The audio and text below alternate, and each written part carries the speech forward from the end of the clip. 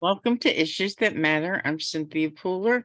My guest today is Scott Ritter, and Scott is going to talk about a piece he wrote a couple of weeks ago on his blog about Jamie Raskin, and the fact that would you say he was a Nazi sympathizer? Well, I think if you look at the record today, he is the one who on April 28th of this year got on the floor of the United States Congress and chastised a Republican representative, Marjorie Taylor Greene, for daring to question the money that was being allocated to the defense of Ukraine, daring to say that, this money is going to be used to fund Nazis. And he, with all the indignation that Jamie Raskin could bring to bear, said, "There is no evidence of Nazis in Ukraine. Show me the evidence. Show me the evidence," he chastised her. "Show me the evidence. There are no Nazis in Ukraine." And he was wearing his blue and yellow. He was all in. And he's a lying sack of manure because Jamie Raskin knows there's Nazis in Ukraine. How do we know that Jamie Raskin knows? Well, because Jamie Raskin voted for amendments to the Department of Defense Appropriations Act that funded, assistance to Ukraine, an amendment that said you cannot use U.S. taxpayer money to fund training for the Azov Battalion. Why? Because they are a white supremacist group with neo-Nazi affiliations. And then Jamie Raskin in 2019, I believe, signed a letter to then Secretary of State Mike Pompeo saying, "Why haven't you put the Azov Battalion on the foreign terrorist organization list? Why haven't you, classified them this way? Because why? Azov Battalion is a white supremacist neo-Nazi group." Raskin's on record calling the Azov Battalion a white supremacist neo-Nazi group. He knows who they are, and he has said we can't allow U.S. taxpayer money to go underwrite their training. He said it, and now he's the one standing on the floor of Congress saying there are no Nazis. Let this money go. It will never be able to train Nazis because there are no Nazis in Ukraine. Jamie Raskin is a hypocrite. He's a liar. And moreover, this is a guy on the same day, April 28th, he put out a tweet about Holocaust Remembrance Day. Holocaust Remembrance Day. So Jamie Raskin's there wrapping himself in the shroud of, I will never forget. And no one should ever forget. I'm not saying this. I'm not mocking the Holocaust. I'm saying, my God, you're a guy who knows what the Holocaust was. You know what happened to the Jews in Europe. And yet you're sitting there pretending that Ukraine doesn't have a Nazi problem when Ukraine has elevated to national hero status Stepan Bandera, an ultra-nationalist, pro-Nazi thug whose supporters pulled the triggers that killed 30 to 40,000 Jews in Babi Yar, a suburb of Kiev, Ukraine. Jamie Raskin is a disgrace, literally a disgrace. This man should be hounded out of office. I don't believe in tar and feathering anymore, but if I did, Jamie Raskin should be tarred and feathered. Put on a pole, strip naked, pour hard tar on his body, throw feathers at him, and march him right the hell out of the United States Congress, out of Maryland, out of the United States. I believe that if we still were able to revoke citizenship of Americans, he should be revoked and sent to Ukraine, where as a Jew, he could find out what it means to live in a nation where there are Nazis, Jamie, and they don't like Jews. You brought up an interesting point just now. Both Chuck Schumer and Jamie Raskin are both Jewish. Yeah. And at the same time, both of them are fierce supporters of the money that's going over there. What Chuck Schumer did to you, to Diane Sayre, I mean, it was criminal. It Is was, criminal. you Is know, criminal. Not was, but is criminal. he's Jewish, and I don't get it why these people are doing what they're doing. Look, Chuck Schumer, and what I'm about to say is a position should have been pursued, whether you're Jewish or not Jewish. He pushed for amendments to the New York education bills that require mandatory education about the Holocaust and the promotion of the idea of never again, meaning that the New York school children should be informed about what happened to the Jews of Europe in the 1940s under Adolf Hitler, and should all agree that it can never happen again. Chuck Schumer pushed for that. Good job, Chuck. Then why in God's name are you doing what you're doing right now in Ukraine? Because if you believe in never again, it's happening right now, Chuck. The people who pulled the triggers on the Jews of Babi Yar are in power today. Their ideology, and here's the worst part. Not only are we sending money to help them, we just invited, the American people, because, Congress is the people's house. We keep hearing that, especially from the Democrats. This is the people's house. This is the people's house. They just invited 4 Nazis into the people's house. 4 Azov battalion people in September came together with the wives of the leaders of the Azov regiment. And when I say the leaders, what I'm talking about is the people who helped form it in 2014. Every single one of them who was a murderer, a thug, a rapist. Literally, they committed these crimes against Russians. We know they did. And yet today we call them heroes because why? They're standing up to Russia. They're fighting Russians. These guys were taken prisoners by Russians in the Battle of Mariupol. They were released by the Russians and immediately paraded for the United States Congress as heroes. They held an auction on the premises of the People's House where they auctioned off Nazi memorabilia, patches of the Azov unit with Nazi symbology on it. They raised over $30,000 in the People's House, supported by Jewish Americans like Jamie Raskin, Chuck Schumer. This is what, hey, Chuck, that never again thing, Chuck? What about Ellensville, Chuck? What about the Heroes Park in Ellensville, Chuck, where the Ukrainian Americans have monuments to Stepan Bandera, Roman Shishkovich, and other Jew killers, Chuck? Never again? How about it's going to happen again, Chuck, because you're allowing this sick ideology to manifest itself in American society, in public, not in secrecy. Every year they hold gatherings where Ukrainian American children are paraded around in Nazi uniforms, holding torches, sig heiling things, and proclaiming their loyalty to an ideology that's founded on the principles that Jews are subhumans and should be killed. Never again, Chuck? How about it's going to happen again? You're a hypocrite, a liar. You're a disgrace as an American. You're a disgrace as my representative. This is more than just personal, Chuck, because I know you're the one who put the money out there, gave it to the Ukrainians so they could put my name on a list, calling me an information terrorist, calling me a war criminal, and putting me on another list that marks me for death. Now, we can say, hey, Chuck, no big deal, because those Ukrainians are far away. They're not, Chuck. They're right here in your state, right here in a state where you allow their ideology fester and grow. Chuck, when you put a target on my back and say, Scott Ritter's words are worthy of him being killed, because that's what you did, Chuck. You put a target on my back. You're telling these hate-filled lunatics in Ellensville and elsewhere that it's okay to kill me. And this isn't an environment where violence is rampant in this country. Gun violence, political violence. You yourself, Chuck, get up there and cry about it on the floor of the Senate. Oh my God, it's so terrible, this violence, Chuck. I don't know how it could happen. We have to do so. The way you stop the violence, Chuck, is stop legitimizing the violence. Stop allowing people to be targeted for death because they exercise their free speech rights. And you're telling neo-Nazis, whom you support apparently, Chuck, with billions of US taxpayer dollars, that it's okay to kill people because you haven't spoken out against the death list.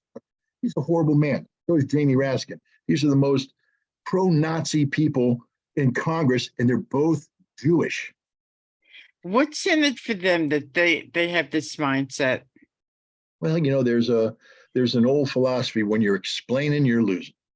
Politicians hate to explain anything, saying it'd be very difficult for Chuck Schumer and Jamie Raskin, both of whom have wrapped themselves in the cloak of Russophobia. I mean, Vladimir Putin is evil incarnate. He's the worst person in the world. Jamie Raskin, was voted in the 2016 election cycle. Jamie Raskin is one of the guys that said, we have to impeach Trump even before he became president. We must impeach Trump because he's colluding with the Russians. Jamie Raskin is the guy leading the charge about Russian collusion, undermining of American democracy. Russia's bad. Russia's evil. Putin, Putin, Putin, Putin, Putin. That's the whole thing. Putin, Putin, Putin. Blame everything. High gas prices. Putin. Putin gas tax. High food prices. Putin's food shortage. High anything. Putin did this. Putin did that. Putin did this. Putin did that. And so they've wrapped themselves in this. And now suddenly somebody's going, hey, there's Nazis in Ukraine. Let's see. Now, how do you explain that? After saying that Putin's so bad, Putin's so evil, how do you now say, but there's Nazis in Ukraine? Well, the way you do it is ignore it. And that's exactly what he's doing, pretending it didn't happen. And you know what? He's getting away with it because the American people have short memories.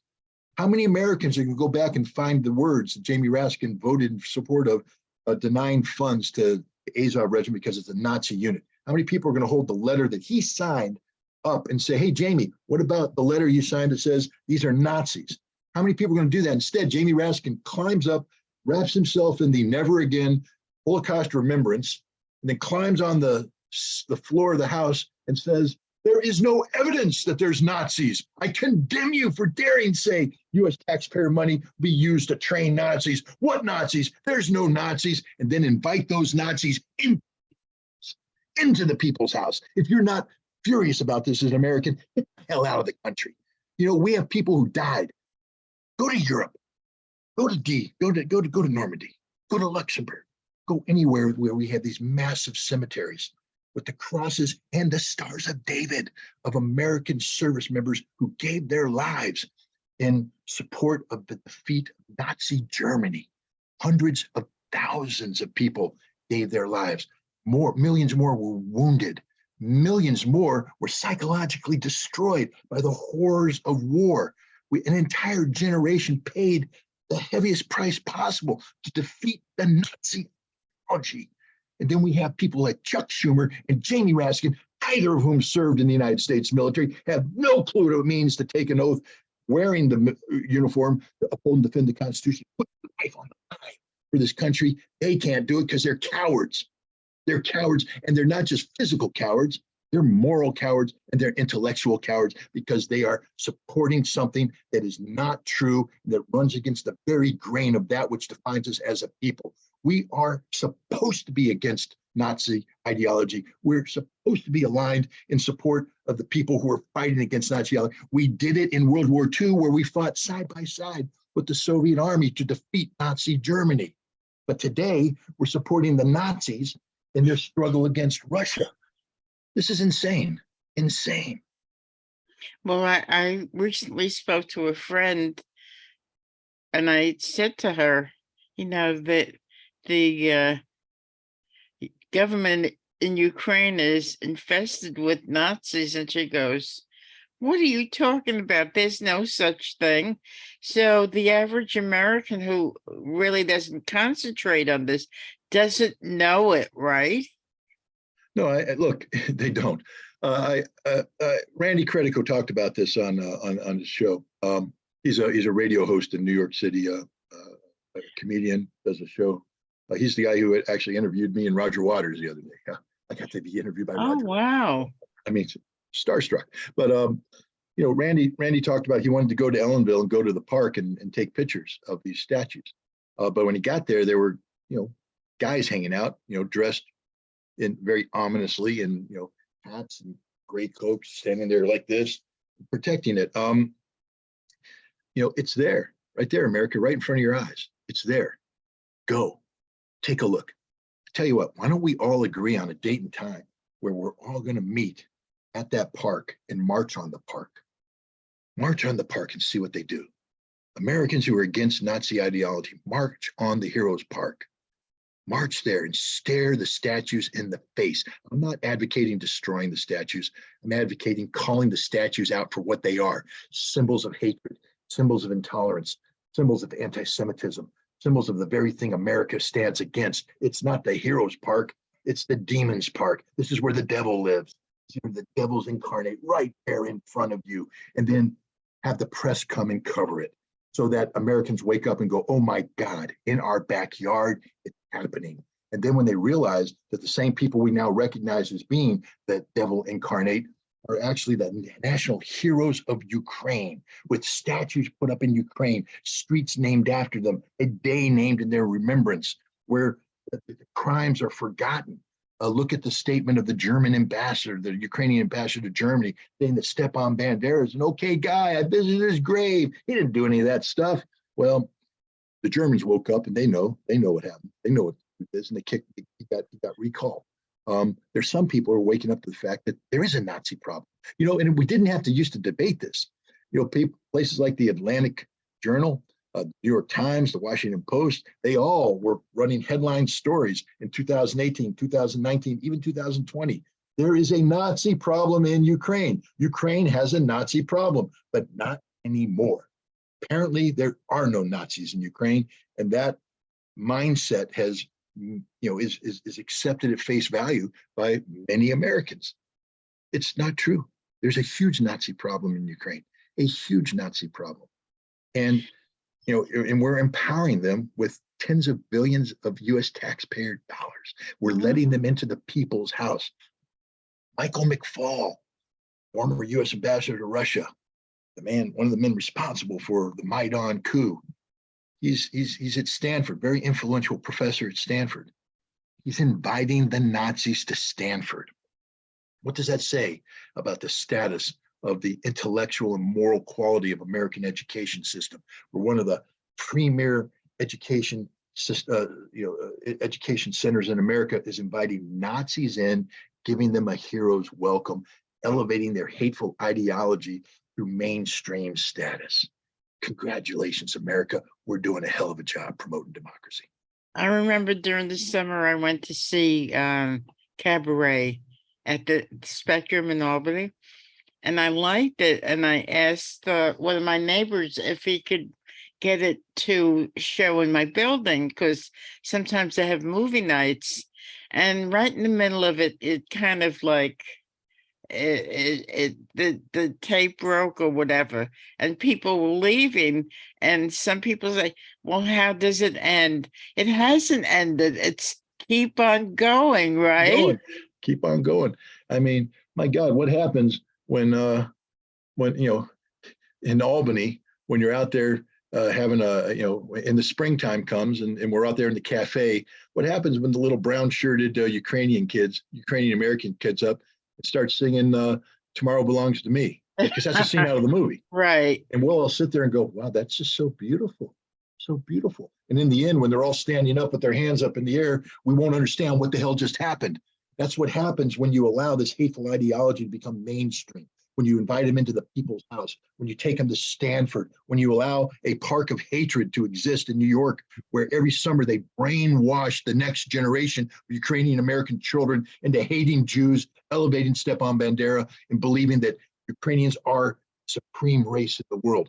You're going to be sitting there in a park in Albany watching a bunch of blonde-haired, blue-eyed Ukrainian ultranationalist children sing to you in beautiful sounding voices with their arms raised in the Nazi salute. And you won't know how the hell this happened. It happened because you're ignoring the problem, America. You're ignoring the problem. It's right there in front of you and you're ignoring it. Well, one thing I've noticed is Kanye West has taken an awful lot of heat for spewing some, anti-Semitism stuff. And, his backers are backing away from him, and, he's losing his income. But yet in Congress with Schumer and Raskin, they're allowed to proceed with all of their support of the, Jew-hating stuff. I know. It's mind-boggling. But here's another thing. Jamie Raskin, and again, I'm going to say something that people don't spin my words wrong. He is a very progressive, inclusive representative. He believes in transgendered rights, LGBTQ rights, the whole thing. And I applaud that, Jamie. You know, in America, thank God we have people like you who are out there defending people, because that's what America's about. It doesn't mean that I have to agree with you, but I applaud the fact that you're taking a stance and you're standing up for something you believe in. Well, how much do you believe in it, Jamie? If you're going to sit here and tell me that you are going to condemn Vladimir Putin because of his stance on homosexuality and LGBTQ, and yet you allow the wife of a Nazi come into the People's House without checking out who she is. She heads an organization, I believe, called the White Hose or something like that. It's an anti-gay, anti-LGBTQ movement in Ukraine where they prosecute, persecute, beat, and otherwise terrorize gays and homosexuals. What do you stand for, Jamie? Not a damn thing, you hypocrite. You sit there and say one thing and you do another, and you allow her hate-filled ideology to fester in the American people's home. Shame on you, and shame on everybody in Maryland who voted for this guy. Shame on you. You disgust me, all of you, because you stand for nothing. Don't tell me you stand for LGBTQ rights. You allow that person in the Congress without even checking who she is and what she stands for. Wow. So that's pretty powerful. Let's plug your blog and your book again. Wait, let me take a sip of Diet Coke and calm down. Well, you can find this and other hate-filled rants from Scott Ritter on ScottRitterExtra.com. It's related to a podcast that I do with Jeff Norman called Ask the Inspector. It's basically a one-stop shop. If anything, you'll find this video and other videos and things that I write there. The article I wrote about Jamie Raskin was published on the Substack part of that page. Nothing in there is paywall protected. Everything is open to the public. I don't believe in hiding behind a paywall. But if you are inclined to support, the Substack allows you to do so, and it would be, we would gratefully accept it. But you know, it's there. It also promotes my book, Disarmament in the Time of Perestroika. You can buy the book there, and if you do so, we get a little bonus for, I don't know what the proper term is, but we get a small little pittance by helping promote the sale of the book. And if you don't want to buy it there, then buy it from the publisher at claritypress.com. And that's about it. So give us a little overview of the book and why it's important for people to read it. Well, the book started out as a history of the Intermediate Nuclear Forces Treaty, which was signed in 1987 and implementation began in 1988.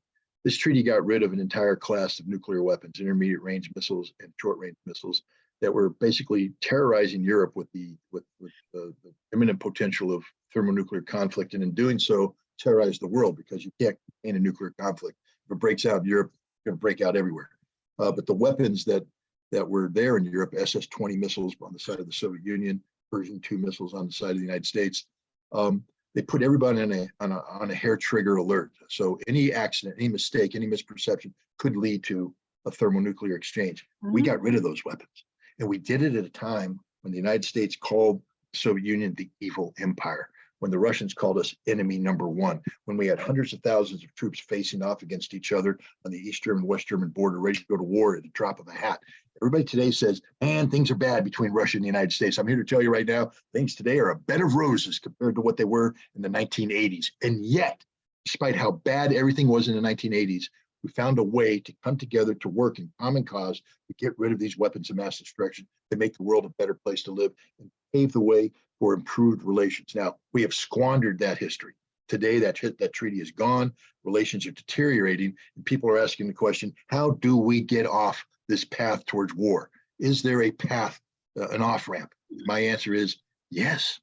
Read my book. I show you how we did it once. It's a template of success. We could do it again. This book isn't just about empowering yourself with knowledge about the history of the INF Treaty, which is basically an unknown history. Most people don't know about it.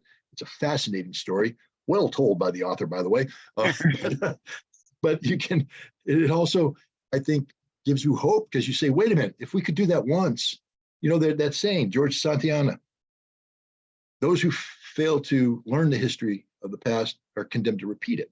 But sometimes it's not being condemned to repeat it. It's being condemned not to be able to repeat it. If you don't know that in the past we had this great success, that in how it happened and why it happened, you won't know that we could do it again. We don't have to reinvent the wheel. We already did it once.